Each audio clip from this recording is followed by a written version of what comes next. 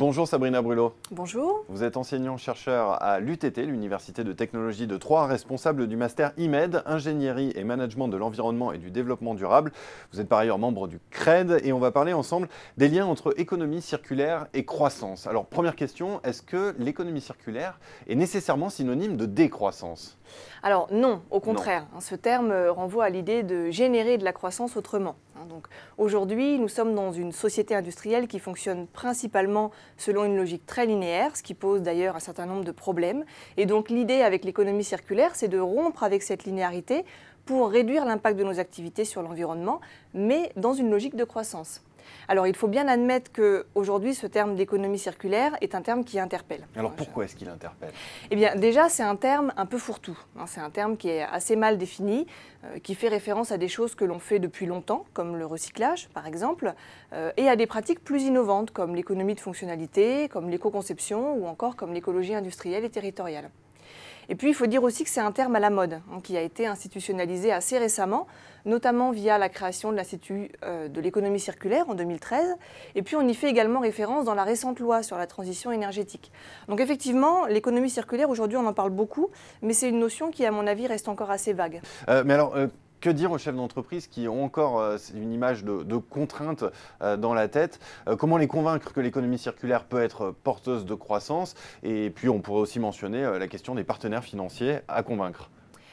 Eh bien, il faut souligner qu'aujourd'hui, la croissance ne passe plus uniquement par la vente d'un maximum de produits. On est dans une société qui évolue, une société qui prend conscience que la société de consommation et de production de masse dans laquelle nous sommes atteint ses limites. Donc l'économie circulaire apporte justement des solutions pour créer de la valeur autrement, en intégrant cette demande croissante de la part des consommateurs et des institutions. Donc c'est une vision à long terme qui est plus valorisante, avec des retombées en termes d'image. Donc on va créer de la valeur ajoutée autrement, grâce à des modèles d'affaires innovants. Par contre, il faut raisonner en termes de performance globale. Mais on peut vraiment créer de la valeur en tout recyclant? Comment est-ce qu'on peut faire ? Alors, l'économie circulaire comprend un peu plus de choses que le recyclage. C'est un point parmi d'autres et le fait est que ce n'est sûrement pas le plus innovant. Donc, il y a deux stratégies intéressantes sur lesquelles je peux revenir. Donc, la première, c'est l'éco-conception. La seconde, l'écologie industrielle et territoriale. Alors, l'éco-conception, d'abord, ça consiste à revoir la conception d'un produit en réduisant son impact sur l'ensemble de son cycle de vie. Donc, par exemple, on va pouvoir utiliser en amont des matériaux recyclables, réduire la consommation énergétique des procédés de fabrication du produit, mais aussi la consommation énergétique en phase d'usage, réduire la quantité d'emballage qu'on va utiliser pour le transport et puis travailler aussi sur la fin de vie du produit. Donc, c'est une approche qui va plutôt être orientée produit et qui est utilisée dans les logiques aussi d'économie de fonctionnalité. Et l'écologie industrielle et territoriale ? Eh bien, il s'agit là de créer des liens entre les organisations d'un territoire. Donc, par exemple, on va faire en sorte que les déchets des uns deviennent des ressources pour d'autres. Et puis, on va chercher également à mutualiser des services ou mutualiser des ressources ou des équipements. Donc là, on est plutôt sur une approche qui est orientée territoire. Et dans les deux cas, il s'agit bien de générer de la valeur ajoutée, d'assurer sa croissance, mais en introduisant finalement moins de matière et d'énergie dans le système. Donc c'est très concret et ce sont des processus qui peuvent nécessiter des changements assez conséquents dans les organisations et qui prennent du temps. Dernière question, Sabrina Brulot, est-ce que vous auriez un exemple concret qui illustrerait justement ce potentiel de croissance et puis le fait que d'intégrer l'économie circulaire dans une stratégie, eh bien oui, ça peut être payant?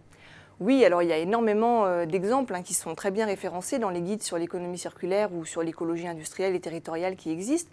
Donc on peut citer néanmoins l'exemple d'un fabricant d'andouillettes dans l'Aube qui aujourd'hui réutilise les résidus de graisse de ses produits en combustible, donc en substitution de gaz naturel.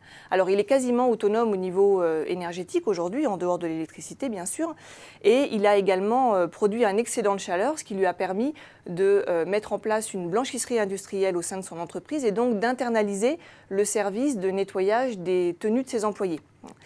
Un autre exemple, celui d'une entreprise qui fait des toitures végétalisées et qui utilise maintenant des sacs en toile de jute qu'il récupère chez un torréfacteur à proximité, un torréfacteur de café.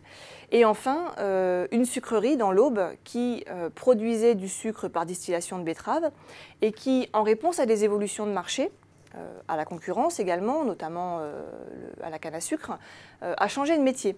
Donc aujourd'hui, elle utilise son outil de production qui est la distillerie pour faire de la régénération de solvants. Donc son activité était en baisse, elle a réussi à faire cette transition au fur et à mesure, elle a réagi à temps, elle a anticipé les difficultés économiques futures et aujourd'hui, c'est 80 emplois qui ont été sauvés. Eh bien, merci beaucoup Sabrina Brulot pour ces exemples et cet éclairage sur ce potentiel de croissance autour de l'économie circulaire. Merci beaucoup. Merci à vous.